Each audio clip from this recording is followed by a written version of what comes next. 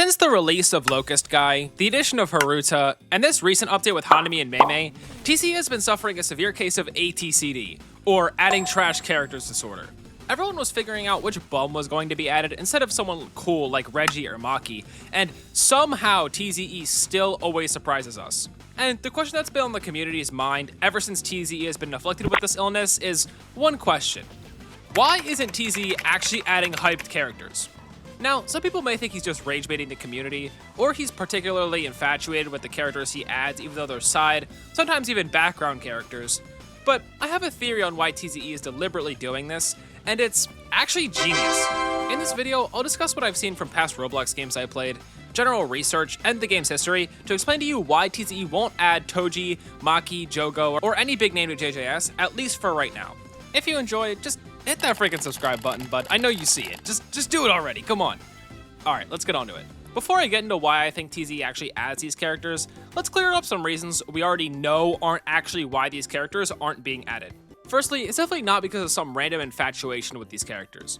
I don't have much evidence for this argument besides the fact that, like, who the hell likes Meimei, Locust Guy, and Haruta all at the same time? You have to literally be Satan himself, a D1 LARPer, or just trolling. Speaking of trolling, I don't think TZE is doing this to ragebait the community. Well, at least not in the way you're picturing it. TZE doesn't really interact in the Discord too much, and although I'm sure he listens to the community, he doesn't seem like the type to just troll and get a rise out of people for no reason. Not to mention with the player count he has right now, it would be bad to just purposely piss off your community for fun. And lastly, I don't think TZE is just actually dense and doesn't know what the community wants, because even though JJS is an absolute cesspool of people complaining that any character is simultaneously too weak and too overpowered at the same time, I'm sure he's very aware of what people actually want in the game. So, even after all the community outrage and disappointment since the Haruta update, and now this current one, why is TZE adding these unhyped characters? Well, it's actually to purposefully extend the life and popularity of the game for as long as it can go. It's actually a pretty genius strategy if you think about it. But I know what you're saying, but okay, how does this extend the lifespan of the game? Well, it's simply a strategy of delaying hype and anticipation in order to draw out the game's relevancy and player count. Think about it like this. If TZE adds all the big name characters like Maki, Toji, and Jogo, it's gonna skyrocket the player count for a while and it'll be great. But once those big names are all exhausted, well, what do we add now? Exactly, we add weaker and less hyped characters, and the game slowly reaches its decline and downfall. Unfortunately, the biggest living proof of this is Azure Latch. Azure Latch started out super popular by adding characters like Batra, Kaiser, Sai, Nelasagi, stuff like that. I mean, what was the peak player count on the Batra update? Like 130,000 or 100,000? I don't know.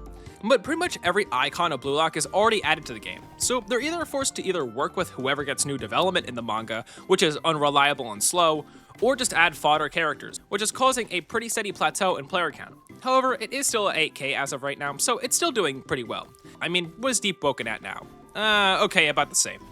Now, this is not a diss on Azure Latch. It's a great game. I mean, it's literally what has made my channel, and not to mention I'm literally in the game, but it serves as an example on what happens when you adapt anime to games on Roblox. You run out of content. Now, I think TCE knows this, and probably even saw what happened to Azure Latch. Even the dev team probably knows this too, because some of them come from Azure Latch and now work on JJS. Well then, how do we combat this issue? Well, you can't really get rid of it, but you can delay it for as long as possible.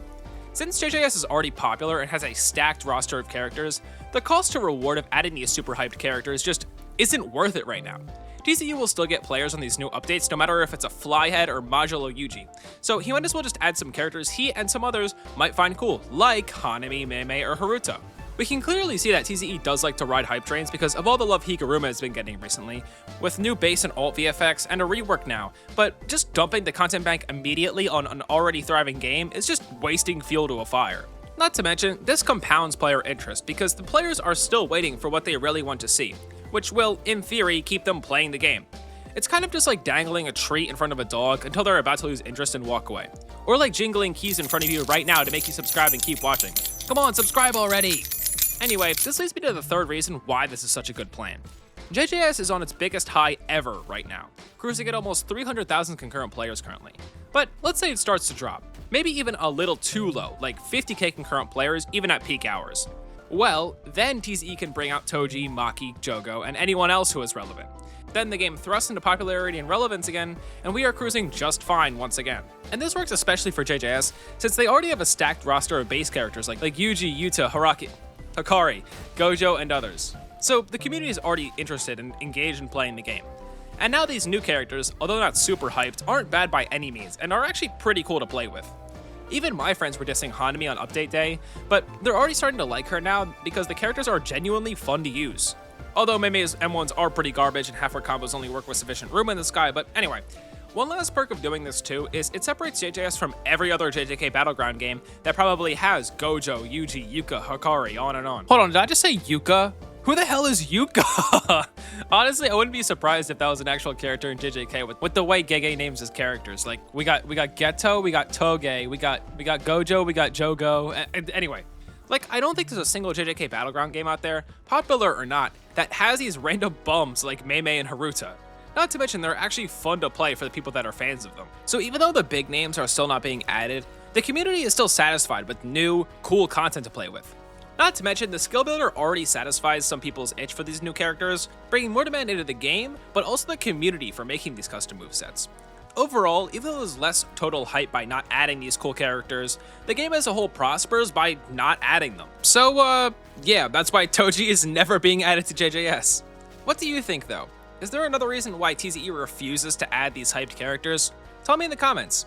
Even though we aren't getting the most hyped characters, honestly, I've been enjoying Hanami and a little bit of Mei too, so as I said, it's not all bad. If you enjoyed, make sure to like and subscribe for more ranting like this. But with that, have a great day, and I'll see you next time. Bye.